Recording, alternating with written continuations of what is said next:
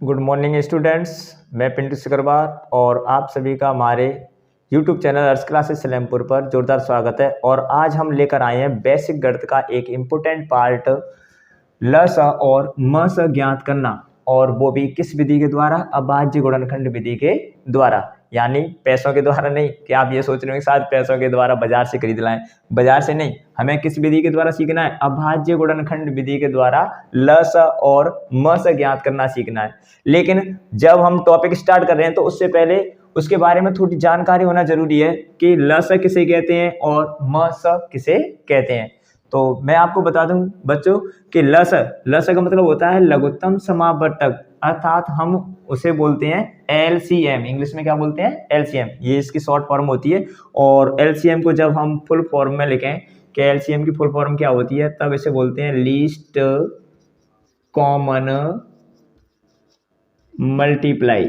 Least common multiply, LCM की full form क्या होती है बच्चों? Least common multiply. और हिंदी में से क्या बोलते हैं? लघुत्तम समावर्तक, या शॉर्ट में और इसे करेंगे तो अब इसे बोलेंगे हम ल स। और ऐसे ही म स को बोलते हैं महत्तम समावर्तक या HCF, और इसकी फुल फॉर्म होती है हाईएस्ट कॉमन फैक्टर।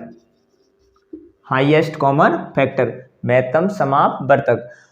अच्छा, इनकी डेफिनेशन देखो। जैसे लासा की डेफिनेशन होती है, वह सबसे छोटी संख्या जो दी गई दो या दो से अधिक संख्याओं से पूर्ण विभाजित होती है। यानी ऐसी छोटी से छोटी संख्या जिसमें दो या दो से अधिक संख्याओं का भाग जाता है, तो वह संख्या उन संख्याओं की ल स यानी लघुत्तम समावर्तक संख्या कहलाती है, या LCM संख्या कहलाती है। जैसे मैंने यहाँ पर दो संख्या ली, फॉर एग्जाम्पल 12 और 18। 12 और 18, और 12 और 18 का LCM होता है 36। 12 और 18 का जो LCM होता है वो कितना होता है? 36 होता है। यानी जब हम इसे कैलकुलेट करेंगे और कैलकुलेट करने के बाद में LCM निकालेंगे तो इनका LCM कितना आएगा? 36 आएगा। अर्थात 12 और 18 का जो LCM होगा वो 36। तो 36, 12 और 18 दोनों संख्याओं की वह छोटी से छोटी संख्या है जिसमें 12 और 18 का पूर्ण रूप से भाग जाता है। और म स महत्तम समावर्ती परिभाषा, वह सबसे बड़ी संख्या जिससे दो या दो से अधिक संख्याएं पूर्ण विभाजित हों। यानी यहाँ पर देखो थोड़ा अंतर होता है, इसमें जो दी गई संख्याओं से, और यहाँ पर जिससे, यानी जो संख्या है उससे जितनी भी दो या दो से अधिक संख्या दी गई है वो उन सभी संख्याओं में क्या चला जाए? भाग। जैसे एक एग्जांपल लें, मैंने यहाँ पर दो संख्या ली 12 और 18। अब हम ज्ञात करें कि इनका HCF कितना होगा। तो बच्चों इसका HCF होगा 6। कितना होगा? 6।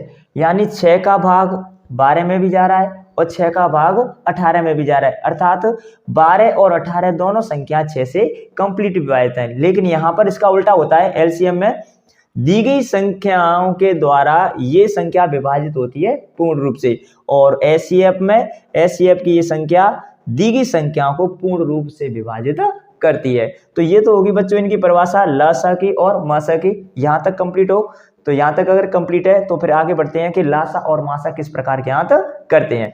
देखो यहाँ पर कुछ एग्जाम्पल लेकर आए हैं, जैसे कि 45 और 120 का ल स ज्ञात कीजिए, और वो भी किस विधि के द्वारा? अभाज्य गुणनखंड विधि के द्वारा। यानी हमें अभाज्य गुणनखंड विधि द्वारा 45 और 120 का ल स ज्ञात करना है। तो जब बच्चों हम सिलेबस के अकॉर्डिंग करें, जैसे 10th क्लास या 9th क्लास, 8th क्लास, इनमें ल स यानी LCM ज्ञात करने पड़ते हैं। तो उसके लिए क्या करते हैं कि दी गई दोनों संख्याओं को अलग अलग अभाज्य संख्याओं से, छोटी छोटी अभाज्य संख्याओं से विभाजित करने के बाद में और उनका लासा ज्ञात करते हैं। लेकिन अगर हम कॉमन सेंस में भी इनका लासा ज्ञात करें, जैसे कोई भी फ्रैक्शन सॉल्व कर रहे हैं या अन्य कोई क्वेश्चन सॉल्व कर रहे हैं, उनके अंतर्गत फ्रैक्शन बनती है, तो वहाँ पे हल करने के लिए हम क्या करते हैं कि दोनों संख्याओं को एक साथ लिख लेते हैं और इसके बाद में छोटी छोटी अभाज्य संख्याओं से इन्हें विभाजित करते जाते हैं। और विभाजित कब तक करते हैं? जब तक दोनों संख्याओं में भाग लगने के बाद में नीचे जो शेष पर रहता है तो 1 प्राप्त नहीं हो जाए, जो बचा हुआ शेषफल होता है वो कितना प्राप्त नहीं हो जाए, 1। अब जैसे कि यहाँ पर दी गई संख्याएं 45 और 120, तो पहले सबसे छोटी अभाज्य संख्या होती है 2, और ये देखेंगे 2 का भाग 45 या 120 दोनों में से किसी नंबर में जा रहा है कि नहीं जा रहा है। तो मैं अब बच्चों आपको बताऊं कि जिन संख्याओं का इकाई अंक 0, 2, 4, 6, 8 हो तो वे संख्या 2 से कंप्लीट विभाजित मानी जाती हैं। अब यहाँ पर देखें 45 में क्या इकाई अंक 0, 2, 4, 6, 8 है? नहीं है। 120 में बिल्कुल है, इकाई अंक कितना है? 0 है। तो इसमें 2 का भाग चला जाएगा, 2 का भाग 45 में नहीं जाएगा, इसे उतार लेंगे वैसा का वैसा, जिस संख्या में भाग नहीं जा रहा हो कंप्लीट तो उसे वैसा का वैसे उतार लेते हैं। और 2 को भाग 120 में देंगे तब कितनी बार जाएगा? 60 बार। फिर 2 से विभाजित करेंगे तो 45 में अब भी नहीं जा रहा, 60 में देंगे 30 बार। फिर 2 से विभाजित करेंगे तो 45 वैसा का वैसा ही, तो 30 में देंगे 15 बार। अब यहाँ पर 2 का भाग नहीं जा रहा क्योंकि दोनों संख्याओं का इकाई कितना है? 5 है, ठीक है। तो फिर 3 का भाग दे के देखते हैं, अगली अभाज्य संख्या होती है 3 का भाग 45 में देंगे 15 बार और 15 में देंगे 5 बार। अभी 3 का भाग जा रहा है 15 में 5 बार और 5 में जाएगा नहीं तो 5 की 5, और अब 5 से जाएगा 1। इसके बाद जैसे ही तुम्हें अभाज्य गुणन करने के बाद में इधर की साइड में जो ये अभाज्य संख्या लिख रही हैं इन सभी का मल्टीप्लाई कर लेते हैं। मल्टीप्लाई करने के बाद में हमें लस अज्ञात हो जाएगा, तो एलसीएम बराबर इनका मल्टीप्लाई करेंगे, 2 मल्टीप्लाई 2 मल्टीप्लाई 2 मल्टीप्लाई 3 मल्टीप्लाई 3 और मल्टीप्लाई 5। अब इनका मल्टीप्लाई करेंगे तो 5 तिया 15, 15 तिया 45, 45 दूनी 90, 90 दूनी 180, 180 दूनी 360। तो 45 और 120 का जो लासा होगा वो कितना होगा? 360। लेकिन सिलेबस के अकॉर्डिंग जैसे 10th क्लास में दिया है, 9th क्लास में दिया है, तो वहाँ पे हम इन्हें सॉल्व करने के लिए क्या करेंगे? पहले 45 के अलग फैक्टर करेंगे और 120 के अलग फैक्टर करेंगे। तो देखो 45 के जैसे हम अलग फैक्टर करें तो 45 के फैक्टर कुछ हमें इस प्रकार से प्राप्त होंगे। 45 पहले 3 से 15 बार, फिर 3 से 5 बार और फिर 5 से देंगे 1 बार। ऐसी 120 पहले देंगे 2 से 60 बार, फिर 2 से देंगे 30 बार, फिर 2 से देंगे 15 बार और फिर 3 से जाएगा 5 बार और फिर 5 से देंगे 1 बार। दोनों संख्याओं के 45 के भाज्य गुणनखंड हो गए 3 मल्टीप्लाई 3 मल्टीप्लाई 5। 120 के हो गए 2 मल्टीप्लाई 2 मल्टीप्लाई 2 मल्टीप्लाई 3 मल्टीप्लाई 5। अब हमें क्या ज्ञात करना है? लसा यानी एलसीएम। और एलसीएम ज्ञात करने के लिए हम क्या करते हैं? यदि एक संख्या एक से अधिक बार लिख रही हो तो हम उन्हें घातों के रूप में चेंज कर लेते हैं। जैसे कि यहाँ पर आप देख सकते हैं कि 3 कितनी बार लिखा हुआ है? 2 बार लिखा हुआ है, तो हम इसे 2 बार मल्टीप्लाई में घात में चेंज कर लेंगे। 2 बार लिखा है तो इसके ऊपर कितनी घात लगा देंगे? 2 मल्टीप्लाई 5। ऐसे यहाँ पर नीचे 2 कितनी बार लिखा हुआ है? 3 बार, तो 2 पे घात 3 गुणा 3 गुणा 5। अब हमें क्या ज्ञात करना है? लसा यानी एलसीएम ज्ञात करना है। तो एलसीएम ज्ञात करने के लिए हम क्या करते हैं कि ये देखते हैं कि दोनों संख्या में कोई एक संख्या समान रूप से मिल रही है या नहीं मिल रही। तो जैसे कि हम यहाँ पर देख सकते हैं कि 3 ऊपर की संख्याओं के भाज्य गुणनखंडों में लिखा हुआ है, तो पहले ये देखेंगे 3 नीचे की संख्याओं में लिखा हुआ है क्या? बिल्कुल लिखा है, दोनों में 3 लिखा है। जब समान रूप से संख्याएं दोनों संख्याओं के अभाज्य गुणनखंडों में दी हुई हों तब हम क्या करते हैं कि संख्या की बड़ी घात देखते हैं कि संख्या की बड़ी घात कहाँ पर लगी हुई है। तो यहाँ पर देखो 3 की घात कितनी है? 2, और यहाँ पर 3 पर कोई घात नहीं है तो कितनी मानी जाएगी? 1। तो 2 घात बड़ी है या 1 घात बड़ी है? यानी घात 2 बड़ी है। तो हम यहाँ पर दोनों में से जो संख्या लेंगे एलसीएम ज्ञात करने के लिए वो कौन सी लेंगे? 3 पे घात 2। इसके बाद में यहाँ पर 5 है और यहाँ पर भी कितना है? 5। दोनों की घातों में कोई भी डिफरेंस नहीं है, और जब घातों में डिफरेंस नहीं हो तो जो तुम्हें संख्या मलूक लगे उस संख्या को आप यहाँ पर लिख लेंगे। जैसे हमने कितनी लिख ली? 5। दोनों में से एक ही लिखनी है, अगर आप दोनों लिखोगे तो सवाल आपका गलत हो जाएगा। और इसके बाद में अभी एक संख्या और बची है, ऊपर तो कोई संख्या नहीं बची लेकिन नीचे की संख्या में कितनी बची है? 2। इसके लिए क्या है कि जैसे यहाँ पर 2 दिया है, ऊपर कोई भी संख्या 2 नहीं है, और नहीं है तो ऐसी स्थिति में जो शेष संख्या रहती है उसे सीधी मल्टीप्लाई में लिख लेते हैं। तो यहाँ से हमने ये गुणनखंड छांट लिए। जैसे आप गुणनखंड छांट लें तो उसके बाद में इनको विस्तार से लिख लेंगे। जैसे 3 पे घात 2 है तो इसे 2 बार गुणा में लिखेंगे। 5 2 पे 3 घात है तो 3 बार गुणा में लिखेंगे। और इन सभी का मल्टीप्लाई कर देंगे। 2 दूनी 4, 4 दूनी 8, 8 पंजे 40, 40 दिया 120, 120 दिया 360। तो तब भी हमें लासा यानी एलसीएम कितना प्राप्त होगा, 360 प्राप्त होगा। यानी आप कैसे भी कर ले, जॉइंट में करेंगे तब भी, और यदि अलग अलग संख्याओं के फैक्टराइजेशन करके आप हल करोगे तब भी आंसर दोनों स्थिति में कैसा रहेगा, सेम रहेगा, समान रहेगा। ये तो बच्चों हो गया लासा का टॉपिक। तो शायद मुझे उम्मीद है कि आपको समझ में आ गया होगा कि लासा किस प्रकार ज्ञात किया जाता है। अच्छा, एक मैं क्वेश्चन आपको लिए दे दूं, 68 और 34 का लस क्या है, एलसीएम क्या है।